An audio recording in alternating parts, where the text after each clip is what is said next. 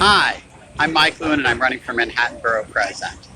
In this video, I'd like to talk about one of the most common arguments against new housing. The claim that new housing leads to gentrification, which in turn increases housing prices rather than decreasing them. So, think about it, this is sort of an audacious claim. If it was true, the law of supply and demand would not only be wrong, but it would actually be the case that the opposite of the law of supply and demand was true. That is to say, the more housing you build, under this theory, the higher rents go. So in other words, if this is true, if it's in fact true that new housing leads to gentrification and displacement, it logically follows that the law of supply and demand simply doesn't exist. So does the evidence support this? Absolutely not. How do we know this?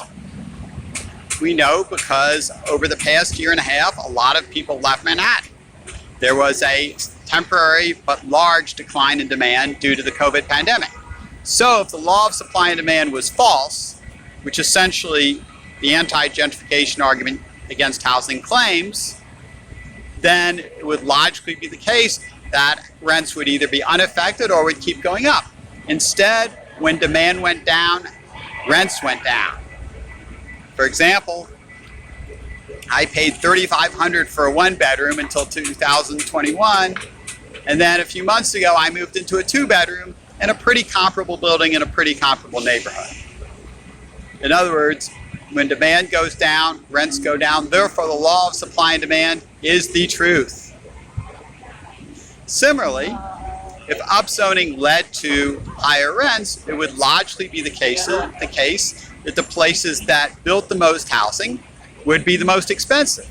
That, of course, is not the case. As I pointed out in other videos, New York and San Francisco tend to allow far less housing per year than cities like Houston, Dallas, etc., yet the latter group of cities is more expensive. Now you may say, well, that's all very interesting as a general matter, but in fact, there are neighborhoods that experienced upzoning where rents did in fact go up. What about Park Slope? What about Williamsburg? What about the East Village and Chinatown? These are neighborhoods that under Mayor Bloomberg did in fact have rezonings and rising rents. So how do I respond to that argument? Well, I'll raise 3 points. First of all, even though neighborhoods that upzoned had rising rents, so did some neighborhoods that downzoned. For example, the West Village is built allowed hardly any new housing over the past half century. If you look at vacancies in the West Village, about 85% are pre-war. So you would think the East Village has low rents, but in fact, West Village rents are as high or higher than those rents in other rich New York City neighborhoods. In other words, downzoning hasn't worked.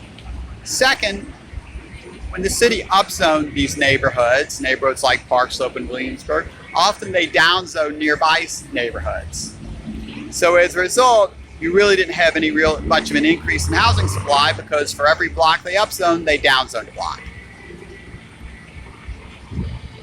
And third, as I mentioned, even if there had been an increase in housing supply in a couple of neighborhoods, nevertheless, overall, there was not really a significant increase in citywide housing supply.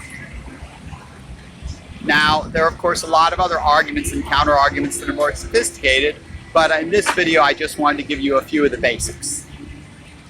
I have a much more extensive video on YouTube with PowerPoints and things like that. So on that note, see you in the campaign.